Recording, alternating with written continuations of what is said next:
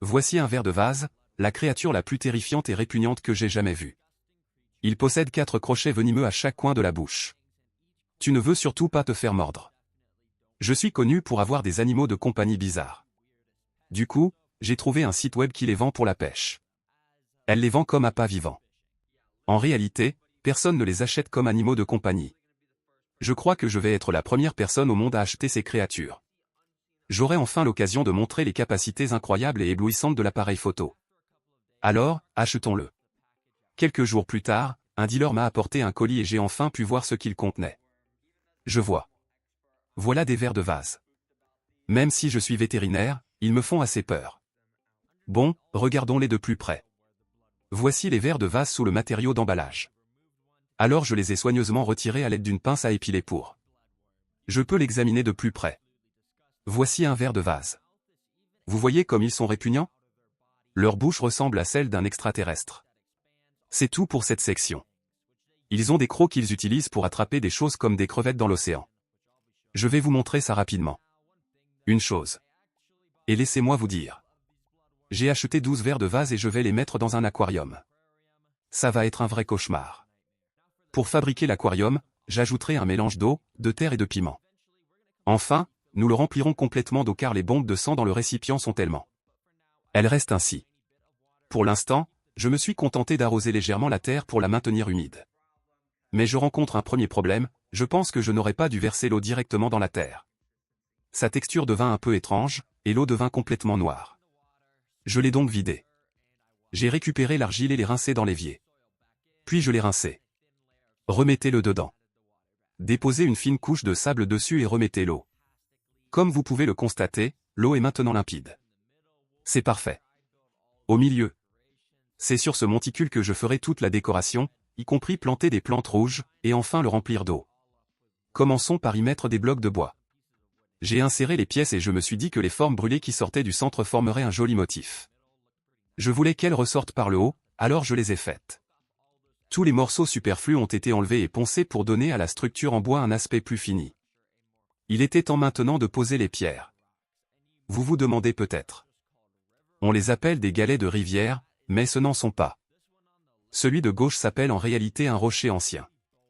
Et celui de droite, un rocher noir. Boulder. Quel nom génial, n'est-ce pas? Chapeau à celui ou celle qui l'a inventé. Mais la plus belle pierre que je possède, c'est celle-ci. Enfin, ce n'est pas vraiment une pierre. C'est du bois, en effet. Oui, comme celui que j'ai déjà ici. Oui, c'est du bois pétrifié. En fait, il est enfoui sous terre depuis des années. Et se transforme en pierre avec le temps. Comme vous pouvez le voir, j'ai même un petit récipient de soda. Il suffit de l'ouvrir. Oh, il est cassé. C'est fini, mec. Essayons en un autre. Tu l'ouvres comme ça, et à l'intérieur, il y a des poissons morts que tu leur donnes à manger. Maintenant, avec le sadan, j'ai vraiment essayé. Je l'ai placé sous ce bois pétrifié. Je fais ça parce que je veux voir si les bombes de sang ont une odorat, et quoi. Ils pourront trouver le poisson panneau aux musiques caché dessous. Ce sera amusant à regarder. Bref, maintenant il me faut des plantes aquatiques rouges. Alors je suis allé chez Petco en acheter. Je pourrais acheter des plantes. Je suis chez Petco et j'espère qu'ils ont des plantes rouges aujourd'hui. Oh là là, il y en a des rouges? En rupture de stock. Je jure qu'ils en ont d'habitude, mais apparemment, ils sont en rupture de stock aujourd'hui. Du coup, j'ai dû rentrer chez moi et les acheter en ligne. Heureusement, il y a eu d'autres problèmes. J'ai trouvé des sites internet où l'on trouve des plantes rouges. J'en ai donc commandé quelques-unes. Ça va coûter cher, mais je pense que ces plantes rouges seront un excellent choix. Ça vaut le coup de dépenser autant pour des plantes. Et voilà, j'ai opté pour la livraison en un jour. Le lendemain, j'ai reçu le colis contenant les plantes rouges. Je les ai toutes arrachées et j'ai commencé à les replanter à différents endroits. Certaines de ces plantes ne sont pas vraiment rouges. Elles étaient très vertes, mais ce n'est pas grave. L'ensemble est plutôt réussi. J'ai aussi trouvé des gemmes de cristal rouge que j'ai disposées au fond de l'enclos. J'ai ajouté quelques touches de rouge pour imiter la couleur du verre de vase. Mais comme vous pouvez sans doute le deviner, j'ai entièrement peint les deux côtés de cet enclos. Je l'ai gardé noir depuis 1999. Et c'est parce que je veux d'abord construire des structures maison qui pourront accueillir confortablement 12 vers de vase. Je vais me construire une petite grotte pour y vivre. J'ai appris une super astuce dans une vieille vidéo, je prends un panier et je le place devant. On peut créer sa propre grotte en creusant un trou et en le recouvrant de pierre. Je vais donc recommencer, mais cette fois-ci en construisant une grotte à 3 niveaux avec 3 paniers différents. J'ai découpé le devant des seaux pour en faire une porte d'entrée. Je les ai légèrement poncés pour adoucir les angles et je les ai empilés. J'ai tout recouvert de mousse expansive. Les vidéos TerraGreen sont incomplètes sans ça. Ensuite, j'ai commencé à le sculpter pour que ça ne ressemble pas à de la mousse expansive. C'est une grotte. Eh bien, voici notre grotte à 3 étages, prête à être installée. Sympa, non? On va la mettre comme ça. Peut-être que, ce n'est peut-être pas la plus belle décoration du monde. Mais un sage m'a dit un jour que l'important n'est pas l'apparence, mais l'intention. Je vais m'y mettre. J'ai passé beaucoup de temps à construire cette grotte. Elle peut accueillir 3 vers différents. Du coup, c'est l'heure de s'attaquer au bricolage du côté gauche, et j'ai quelques idées intéressantes pour ça. Oui. Voici un assortiment de nourriture. Je vais préparer différents aliments pour les vers de vase afin de voir lesquels ils préfèrent une fois à l'intérieur. Je vais donc partager avec vous de la nourriture et des boissons. Je vais à Walmart pour faire des courses. On cherche des vers de vase, alors je suis allé directement au rayon viande. C'est le premier article sur la liste. C'était des betteraves. Si vous vous souvenez, c'est ce que j'avais donné à manger à mes sangsues dans la vidéo où je les ai attrapés, et si vous avez vu cette vidéo, vous le savez probablement déjà. N'oubliez pas qu'ils l'adoraient tellement que j'avais du mal à les en déloger, alors les vers de vase doivent l'aimer aussi. Ensuite, je suis allé au rayon poissonnerie et j'ai pris du saumon. C'est un poisson d'eau salée qui vit à l'état sauvage aux côtés des vers de vase. Je me suis donc dit qu'il pourrait l'apprécier aussi. J'ai également acheté des cales, car si vous... Une recherche Google a révélé que les vers de vase raffolent des moules. Ils vont donc forcément les adorer. Finalement, je suis allé au rayon aquarium et j'ai acheté des pâtés de poisson. Peut-être qu'ils aimeraient ça aussi. En rentrant, j'ai sorti toute la nourriture dans l'ordre où j'avais distribué les vers de vase. Je vais les nourrir. Ce sera amusant de les regarder dévorer leur nourriture, et je vous montrerai aussi quelques faits intéressants sur ces vers de vase. Maintenant, remplissons l'aquarium d'eau. J'ai ensuite ajouté les vers de vase. J'ai dû retirer la nourriture car elle ramollissait si je la laissais dans l'aquarium. Nous avons dû la remettre très rapidement. Je vais essayer. Pour l'instant, je le garde au frigo pour qu'il reste frais. Évidemment, j'ai dû commencer à le remplir d'eau pour que les vers de vase puissent y nager. Quand le seau était rempli à environ 30%, j'ai réalisé que j'avais un gros problème. Oh là là, je ne sais pas pourquoi je n'y avais pas pensé, mais les vers de vase sont un vrai fléau dans l'océan. Ils vivent sur le rivage, et il y a effectivement de l'eau salée. Mais j'en avais fait un aquarium d'eau douce. J'y mettais de l'eau douce, mais ça n'avait aucune importance. Car heureusement, j'ai 2 grands cartons d'eau de l'océan Pacifique dans mon garage, directement prélevés en mer. Ne me demandez pas où je l'ai trouvé, je l'ai, c'est tout. Bref, j'ai pris de l'eau douce et j'ai commencé à ajouter de l'eau de mer salée jusqu'à ce qu'il soit plein. Le taux de sel était de 0,02, ce qui est idéal pour les vers de vase. Tous les paramètres de l'eau sont donc corrects. Les vers de vase sont maintenant prêts à être ajoutés. Mais j'y ai mis de l'eau salée.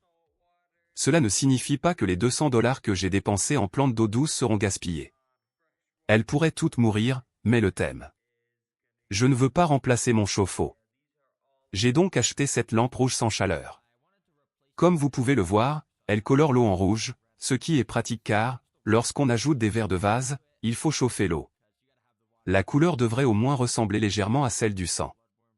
Il me faut aussi ajouter des escargots pour qu'ils se nourrissent des algues qui poussent. Pour qu'ils puissent manger. Heureusement, j'ai déjà un aquarium avec une trentaine d'escargots appelés Neritail. Ils peuvent survivre en eau salée. Je vais donc choisir ceux-ci. J'en ai donc pris quelques-uns et je les ai mis dans un aquarium à vers de vase. Lorsqu'ils utilisent l'eau, certains sont sortis de leur coquille et ont commencé à se déplacer sur la vitre. Je pense qu'ils sont protégés des vers de vase grâce à leur coquille, mais je n'en suis pas tout à fait sûr. Je ne peux pas le garantir. Alors, veuillez m'excuser si vous vous faites tous dévorer par des vers de vase. Il est temps de peaufiner les détails. J'ai donc créé une affiche pour « Attention aux chiens ». Et puis, avec l'aide de l'IA, j'ai pensé à l'intituler « L'ours du verre ». Oh mon Dieu, c'est vraiment vrai. On dirait bien. Je vais l'imprimer. Je l'ai donc imprimé et collé sur un morceau de carton pour en faire une pancarte. Et voilà. La voix de la chaleureuse. L'enseigne est maintenant complètement prête. Pour la rendre un peu plus visible, j'ai ajouté des éclaboussures de peinture rouge sur les bords pour imiter des taches de sang. Voilà, notre enclos pour la bombe de sang est maintenant prêt à 100%. Il ne reste plus qu'à ajouter le sang. On introduit les verres. Alors, c'est parti. Je vais commencer avec une seule bombe de sang, puis ajouter le reste au fur et à mesure que je teste différentes quantités de nourriture. Et de verre. Il a coulé au fond et s'est mis à se déplacer de façon aléatoire. Et oui, c'est ce que font tous les vers de vase. Ils rampent et parfois même s'enfouissent sous le sable. Ils creusent des terriers où ils passent la majeure partie de leur vie. Et comme vous pouvez le constater, cet insecte n'a pas mis longtemps à le faire. Je pense que c'est grâce à son travail de creusement. Il s'ennuie car il est enfin sorti et s'est remis à ramper sur le sable. Donnons-lui à manger avant qu'il ne tente de s'enfouir à nouveau sous le sable. Donnons-leur à manger et voyons ce qui leur fait le plus envie. On va commencer par un peu de pâté de poisson. Je ne sais pas s'ils vont en manger, mais... Quel mal y a-t-il à essayer? Essayons. Mais il y avait un petit problème car, comme vous pouvez le voir, la nourriture pour poisson flottait, et je ne pense pas que la bombe de sang puisse y flotter. J'ai pris la pince à épiler et je l'ai tendue à Vam. Comme vous pouvez le voir, lorsqu'il me l'a tendue, il a montré les crocs pour la première fois. Je pensais qu'il avait faim. Alors j'ai présenté la nourriture à sa bouche, mais il n'a rien voulu manger. Il n'y a même pas touché. Alors j'ai donné 10 portions de nourriture pour poisson. Je lui donnerai 0 sur 10. Il n'y est pour rien. Et je pense que la prochaine fois, j'essaierai du saumon. Franchement, ce saumon est vraiment délicieux. Ça pue. J'ai mis 2 autres bombes de sang dans l'aquarium pour augmenter les chances que l'un d'eux les mange. Ensuite, j'ai fait la même chose, en tenant le saumon devant leur bouche jusqu'à ce qu'il... J'ai continué à le secouer jusqu'à ce qu'il le mange. Mais contrairement au poisson, pour une raison inconnue, ces vers ne voulaient pas le manger non plus. Je pense qu'ils mangent des vers de vase. Pour manger, ils devraient ouvrir le bec et déployer leurs ailes. Mais là, ils ont le bec fermé, je crois qu'ils sont un peu stressés. J'ai dû m'en débarrasser. Alors, j'ai mis les 12 vers de vase dans l'aquarium et je les ai laissés faire. Je pensais qu'en les laissant dans l'aquarium pendant quelques heures. Si je les laisse tranquilles, ils s'y habitueront et finiront par manger. L'idée me semble bonne. Au bout d'un moment, j'ai sorti un verre de vase et je l'ai posé par terre. J'ai attendu un peu. Il a tendu la gueule, et à ce moment-là, je lui ai attrapé la bouche avec une pince à épiler. Maintenant, vous pouvez clairement voir ses dents pointues, et la particularité de ses dents est qu'elles sont en cuivre. Oui. Le même métal que l'on trouve sous terre musique, et c'est le seul animal au monde à avoir des dents en cuivre. Et maintenant, passons à la 3e catégorie, qui est du bœuf. Et dès que je lui ai mis la gueule dessus, il s'est jeté dessus, et ses 4 dents y sont restées collées. Honnêtement. Il se régalait de son jus. Waouh! J'ai mis un temps fou à donner un morceau de viande à un verre de vase. Mais c'est tellement amusant quand il l'attrape. Regardez comme j'en ai mangé. J'ai beau essayer de l'enlever, rien à faire. Allez, lâche-le. Je crois que je vais faire pareil avec ma dernière source de nourriture, Chim. Je le ferai. Dès qu'un autre insecte a sorti la bouche, je l'ai attrapé de nouveau et j'ai placé cette fois la cale devant lui. Il l'a immédiatement saisi lui aussi. Ces 2 petites bombes à retardement mangeaient tranquillement. Au bout d'1 heure environ, je suis allé les voir et, franchement, j'ai dû leur arracher leur nourriture des mains. C'était assez difficile. J'ai dû les secouer. Mais honnêtement, c'était aussi plutôt amusant. On voit encore les petites marques de piqûres. Souvenez-vous-en. Ce sont des insectes venimeux. Donc, il a vraiment du venin sur la tête. Cependant, j'ai une autre idée géniale. Laissez-moi appeler quelqu'un rapidement. Ami, j'ai appelé maman. Dis bonjour à maman. Salut. Entre. Laisse-moi te montrer mon nouvel animal de compagnie. Oh mon Dieu. Le voilà. Oh mon Dieu. Tu sais ce que c'est? On dirait une limace, une sangsue ou un serpent. Maman, j'aime les serpents. J'aime les sangsues. Mais en fait, ce sont des vers de vase. Oui. Oh mon Dieu. Regardez leurs petites tentacules. Et regardez celle-ci aussi. Non. Non. Tenez-le à distance. Donc, ce truc violet, c'est sa bouche, et si vous regardez attentivement, il y a 4 choses qu'elles. Ils ont des dents en cuivre. C'est bizarre. Ce sont probablement les animaux de compagnie les plus dégoûtants qui soient. Eh bien, maman, pour être honnête, je suis du même avis. J'ai envie de vomir. Alors voilà, ce sont des vers de vase, et je crois comprendre maintenant pourquoi on les utilise comme appât vivant pour la pêche. Pourquoi est-il vendu comme animal de compagnie? Eh bien, les amis, merci d'avoir regardé la vidéo. Comme toujours, n'hésitez pas à liker et à vous abonner. Et oui, vous dites que vous aimez beaucoup mon chien. J'aime ça. Du coup, je vais montrer mon chien à la fin de chaque vidéo maintenant. Alors, c'est qui le gentil garçon, Jette?